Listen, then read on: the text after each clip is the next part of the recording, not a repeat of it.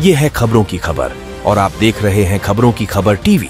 आज आपण इथं शिवसंग्राम पक्षातर्फे आपण आमरण उपोषणात बसलेले विभागीय आयुक्त कार्यालयासमोर सर आपलं काय म्हणणं आहे आणि आपल्या काय मागणी आमच्या दर्शकांना सांगा। मी शिवसंग्राम तालुकाध्यक्ष किल्ले धारूर माझं किल्ले धारूर मध्ये गट शिक्षण अधिकारी कार्यालयामार्फत 2024-2025 मध्ये जे ऊसतोड कामगारांच्या मुलासाठी वसती शाळा चालू करण्यात आलेली होती त्या वसती शाळेमध्ये अनैतिकता म्हणजे ज्या वर्गामध्ये जेवढी विद्यार्थी संख्या आहे तेवढ्या विद्यार्थी संख्या दाखवून गव्हर्नमेंटची शासनाची दिशाभूल केलेली आहे।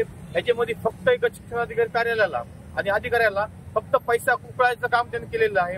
ह्याच्यासाठी आपण जिल्हा अधिकारी कार्यालयासमोर 4 दिवस उपोषण केलं होतं, पण जिल्हाधिकारी कार्यालयानं वारंवार जिल्हा परिषदला पत्र व्यवहार केले, पण जिल्हा परिषदनं त्यांचं फक्त झाकायचं काम केलेलं आहे, त्यांना वाचवायचं काम केलेलं आहे। त्याच्यामुळे आम्हाला आज संभाजीनगर मध्ये विभागीय आयुक्त कार्यालयासमोर आमरण उपोषणाला बसण्याची वेळ आलेली आहे। 26/5/2025 ला आम्ही आमरण उपोषणासाठी बसलेलो आहे।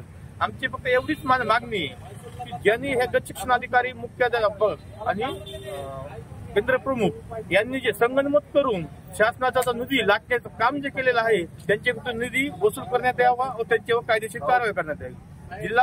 जिल्हाधिकारी कार्यालयाने जिल्हा परिषदला एक पत्र व्यवहार केलेला आणि त्याला कमिटी नेमली होती। त्या कमिटीवर उपशिक्षणाधिकारी मैना बोरादे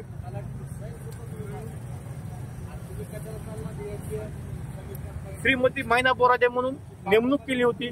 त्यांनी त्यांच्या ऑफिसमध्ये बसून हे केंद्र प्रमुख आणि मुख्याध्यापकांना बोलून आपल्या स्वतःच्या रूम मध्ये एक अहवाल सादर केला, ज्याच्यामध्ये माझा लेटर पॅडचा गैरवापर करून तक्रार वापस घेतली आणि त्यांनी 31 मार्चच्या आधी बिल सगळे पास करून घेतलेले।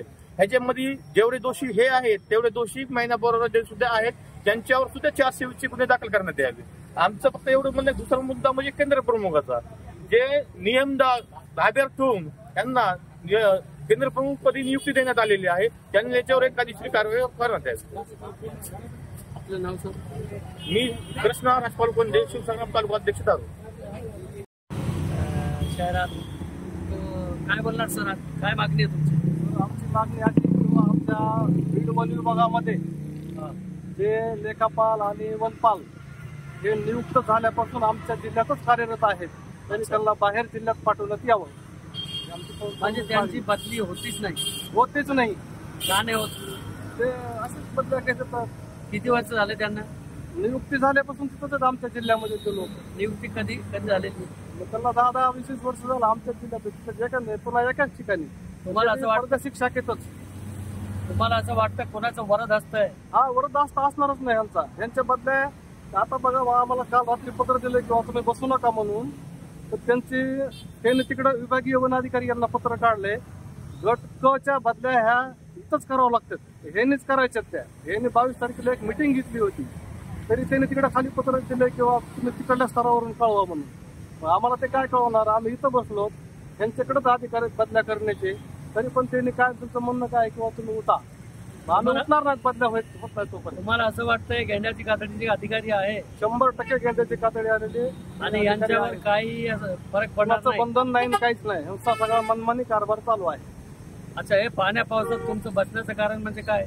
की आमचं म्हणणं किंवा जर एखादा बाहेरचा कर्मचारी जर समजा आता एखादा कर्मचारी जर तिकडे बाहेरच्या जिल्ह्यामध्ये काम करत असेल आदिवासी क्षेत्रात, तर त्यांना इथं कधीतरी यायला चान्स असावा आमच्या बीडमध्ये। त्यांचीच का जहागिरी का आमच्या बीडमध्ये? अच्छा, आमचं मत आहे। शेवटचा एक प्रश्न आहे, तुमची मागणी मान्य न झाला तुमचे पुढचे पाऊल कोणते? आमचा असंच आमरण चालू असणार। नंतर यांच्या विरोधामध्ये मी यांना बोललो, पण यांच्या विरोधामध्ये मी नागपूर, यांचं मेन झोन नागपूर आहे हेड ऑफिस, तर त्या ठिकाणी यांच्या विरोधात मी आंदोलन करणार। अच्छा, तुमचं नाव पूर्ण? विलास गवळी, सामाजिक कार्यकर्ता, बीड। धन्यवाद साहेब।